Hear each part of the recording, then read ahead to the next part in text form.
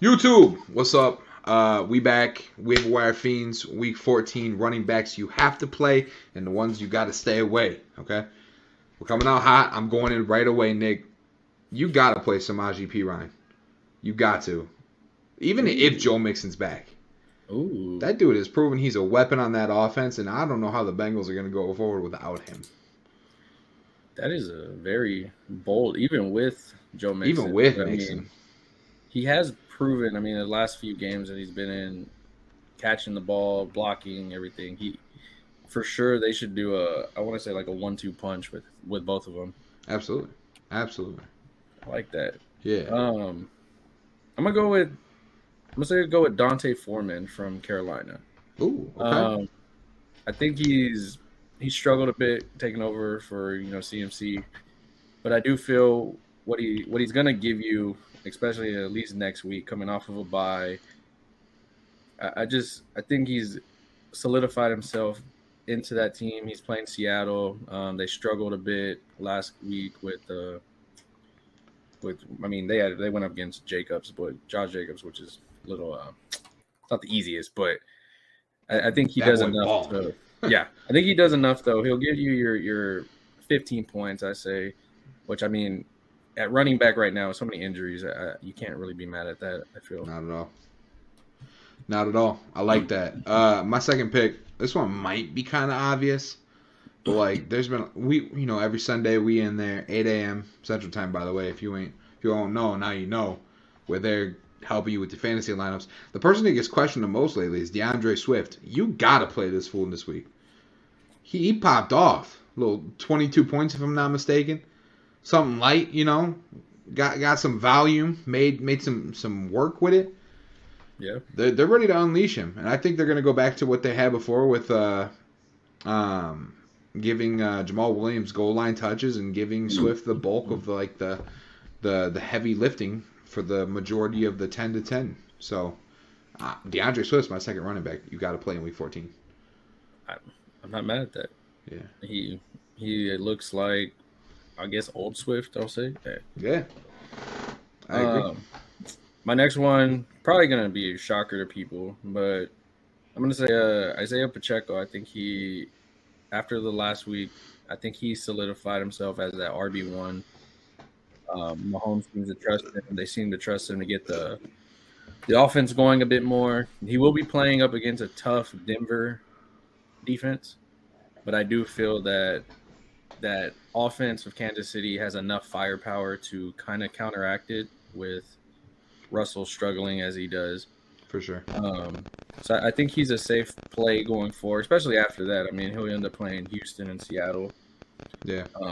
But I do feel that no matter what, even if you have to play him due to injuries or due to bye week blues, he's not a terrible play to play for.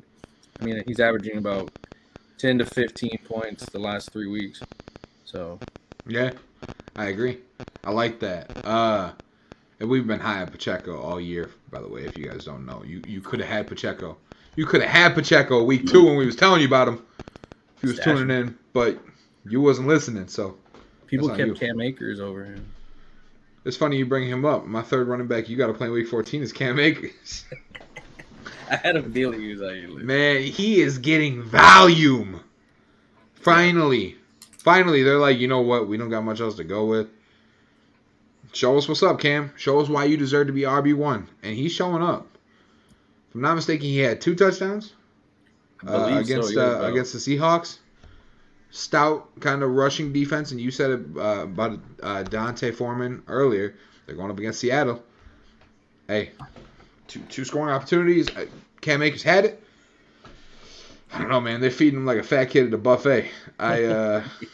And they're going up against a Raiders defense that ain't the greatest in the world at stopping the run either. So Cam Akers, that's my number 2 or my number 3. For sure, they have to run the ball with a young quarterback. What do we always say on our show? Opportunities, volume. Yep. Those are 2 of the biggest things. Consistency. Those are the things you want to see. And he's proven it. Finally, if you drafted him, you probably dropped him like I did. I did. I picked him back up. I picked him back up the week later. I was like, that's a stupid move. They're going to feed him late. I guarantee it. I have him in like 2 leagues, so yeah. I understand that. My next one, it's kind of a dual one. It's something we always get a question of. I feel Pollard and Zeke, you can play either one of them now. True. And I only put them on there. It's kind of obvious. I mean, for both of them, I felt at some point it was more like the Nick Chubb, Kareem Hunt thing, where one's going to do good and the other one's going to do bad. But just the way that the Dallas Cowboys offense has been rolling, I mean, I'm not saying they're going to give you that every week, but it seems like consistently both of them can give you a touchdown each, or one gives you a bunch of yards, and then it seems like one's getting 16 carries, the other one's getting 18 carries, and they're both being productive with what they're getting. Yeah.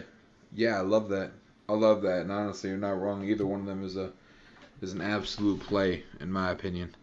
Let's talk about the ones we don't want to play. The ones we're staying away from in Week 14. The ones that are going to lose you the chance to be in your fantasy playoffs. I'm going to start out hot. And I got three hot takes here, I think. My first one's Travis Etienne. Ooh. I'm staying away from Travis Etienne. Listen, they're going up against the Titans, who are a stout running defense, okay? Yeah. They shut down Aaron Jones, who a lot of people say that Travis Etienne and Aaron Jones play very similarly. I'm not saying the coaching staff necessarily uses them the same because Packers don't know what the hell they're doing. But Travis Etienne plays very similarly. I'm just going to listen to history and what it's laid out for me. I'm staying away from Travis Etienne Week 14. I'm not mad at that. I'm a Travis Etienne owner, so I am very cautious of playing him. I have no other options I'm going to, of the ones I named because I don't have them. But whatever, we're going to, Cam Akers, you may move into your lineup. Hey. The first one on my list is I got Najee Harris. I think with him, we wanted to see him do good. He's had his opportunities, sadly, of him doing good. But it's just been a struggle. It's been like pulling teeth from something, and it's just like, I want you to do better. You're not giving me that. I just feel there's other options as of what you're going to give me or not give me thereof. Yep. And I just, to the point, I mean, I don't care who they play next or anything. I just cannot.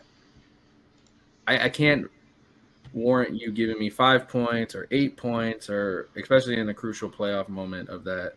Yeah. I mean, it makes sense. Yeah, I mean, he had 17 carries for 86 yards against the Falcons. One catch, but 9 to 10 points from a starting running back is not enough for me to consistently play you. He's going against Baltimore, then Carolina. And those are two defenses that I'm like, no, I'm all right. Yeah, I'm okay. Ironically, I had Najee Harris as my number 2. People are going to be kind of hyped up about that whole stiff arm thing. And if we were not past the trade deadline, I'd be like, move him now while he got some hype. But, hey, Najee back, bro. Setting that guy in the ground like he... Yeah. But, yeah, I'm staying away from Najee in Week 14 as well. I can't fathom playing him. Who's your second? My second, and it hurts me to say this, but is Dameon Pierce, Houston Texans. Yeah.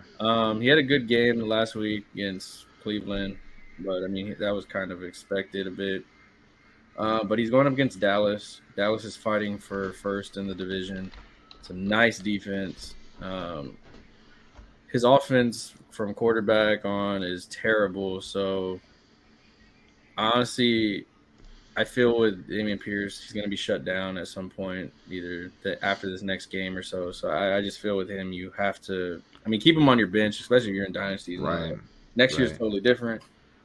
But for sure, I do feel like there's better options out there than what you're going to get from a running back that has a terrible O-line, has a quarterback that throws the ball away, and a top defense that put 54 up the last week. So Dameon Pierce was in my 3 spot. Ooh. And then Jeff Wilson played on Sunday. Ooh. 1 carry for 3 yards. Yep.